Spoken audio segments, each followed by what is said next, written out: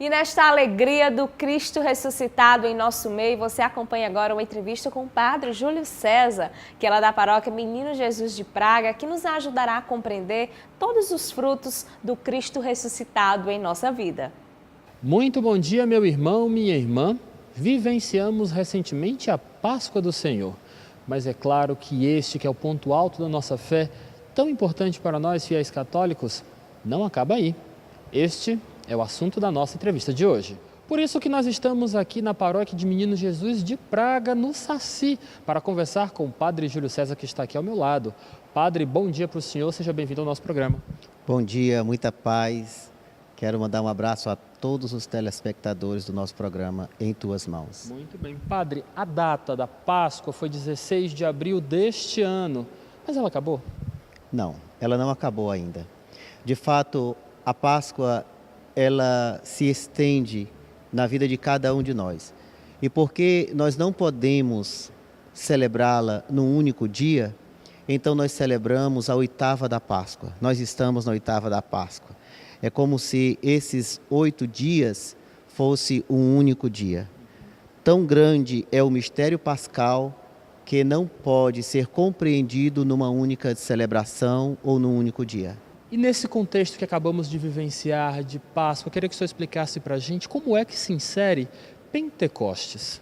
A Páscoa, o tempo litúrgico pascal, ele perdura por 50 dias, que culmina justamente com a vinda do Espírito Santo sobre os apóstolos e Maria Santíssima no cenáculo.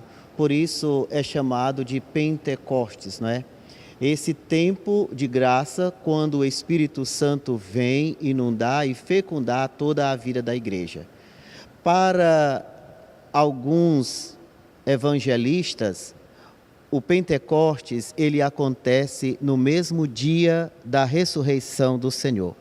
Mas nós liturgicamente celebramos, depois de 50 dias a liturgia da Páscoa, a vinda do Espírito Santo, onde nós encerramos o chamado ciclo pascal. Cristo morre e ressuscita por todos nós. Eu queria que justamente lhe instigar a fazer essa reflexão de que forma nós, fiéis católicos, devemos receber, acolher este fato histórico, este fato de amor imenso de Cristo pela humanidade. Entrega e doação. Jesus, ele viveu em tudo a fidelidade ao projeto de amor do Pai. Obediente em tudo até a morte e morte de cruz. Assim, ele veio apresentar para nós a grande revelação do Pai. Ele é o revelador do Pai. Ele é o próprio anúncio do Pai. Ele é a palavra eterna do Pai. Essa palavra que se encarna, que assume a nossa natureza humana, que vive em tudo igual a nós, veio anunciar um mundo novo de justiça, de paz, de igualdade, de solidariedade, de fraternidade. E, portanto, todo este amor de Jesus, essa entrega de Jesus por nós, foi realmente a expressão do grande amor e de intimidade que existe entre o Pai, o Filho e o Espírito Santo. E quais são os desafios, na realidade, quais são os frutos que a Páscoa do nosso Senhor deixa para a gente? Vamos pensar aqui na situação dos discípulos depois da morte de Jesus. Todos estavam tristonhos, cabisbaixos, estavam com o rosto desfigurado, tristes, abatidos, sofridos. Perderam completamente a esperança. De repente, a grande notícia: Jesus ressuscitou. E isso traz ao coração dos discípulos uma alegria muito grande. Então, a primeira expressão, o primeiro fruto pascal é a alegria do ressuscitado. Ele está no meio de nós, ele não morreu, está conosco. Aquele que foi anunciado no início como o Emanuel, como Deus conosco, não nos abandona, não nos abandonou.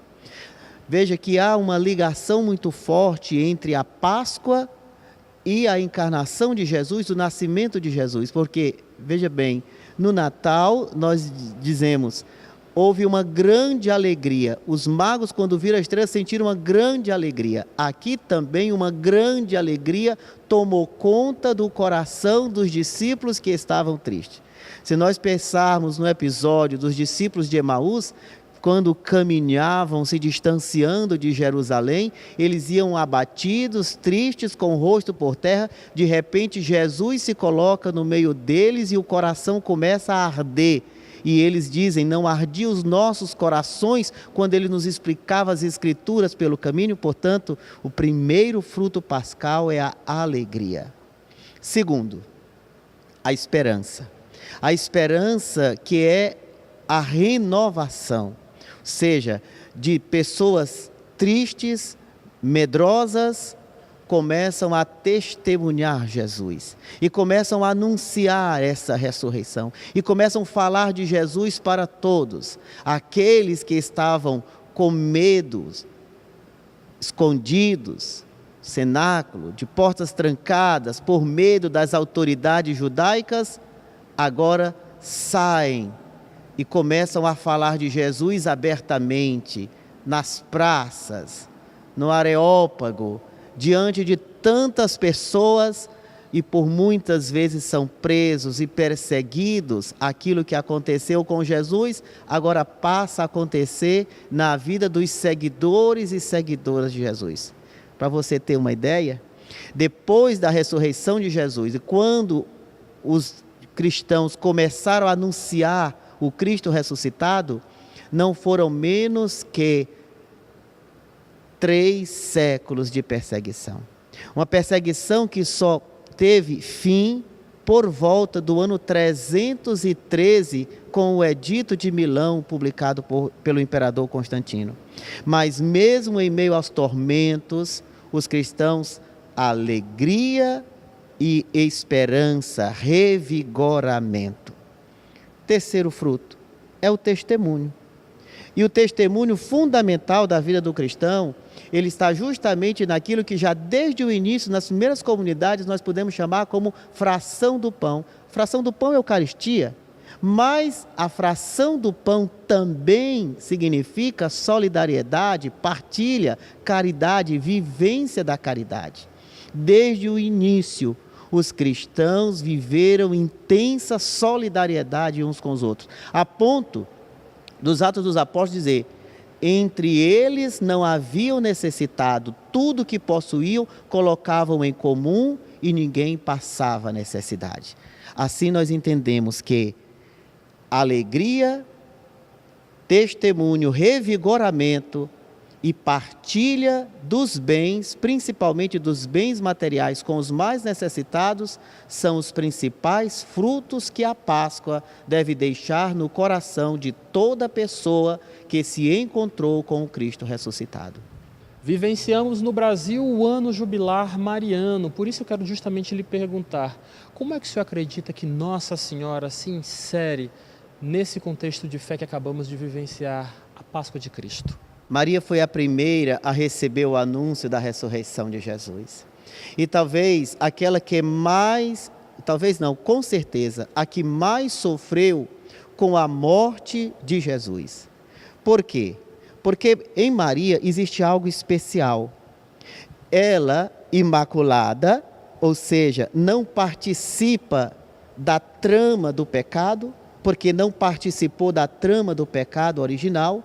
Então, o seu sofrimento ao ver o Filho de Deus, e ela tinha bastante consciência disso, foi muito maior do que qualquer outra pessoa possa ter sofrido com a morte cruenta, como foi a do seu Filho Jesus. No entanto, ela sempre se conservou fiel na missão. Ela estava presente em todos os momentos importantes da vida de Jesus, desde o nascimento, a sua paixão, a sua morte, a sua crucifixão, ao pé da cruz a sua mãe chorava, João, o discípulo, a consolava, sinal daquela que foi entregue aos cuidados da igreja, aos cuidados daqueles que, sendo discípulo amado de Jesus, ou seja, quem é o discípulo amado de Jesus? É todo aquele que cuida da sua mãe, Portanto, existe uma relação muito intensa, muito estreita entre a Páscoa de Jesus e a celebração que nós fazemos em torno do ano mariano, as louvações a Maria, porque ela foi a primeira a participar da vitória a vitória da graça sobre o pecado e a morte. Padre Júlio César, muito obrigado pelas suas reflexões, pelas suas informações. Acredito que agora nós vamos conseguir ser fiéis católicos mais aplicados depois de ouvir essa sua entrevista. Muito obrigado, tá, Padre? Volte sempre ao programa. Eu é que agradeço, quero deixar o meu abraço a todas as pessoas e também desejar uma feliz Páscoa. Peço a todos, rezem por mim.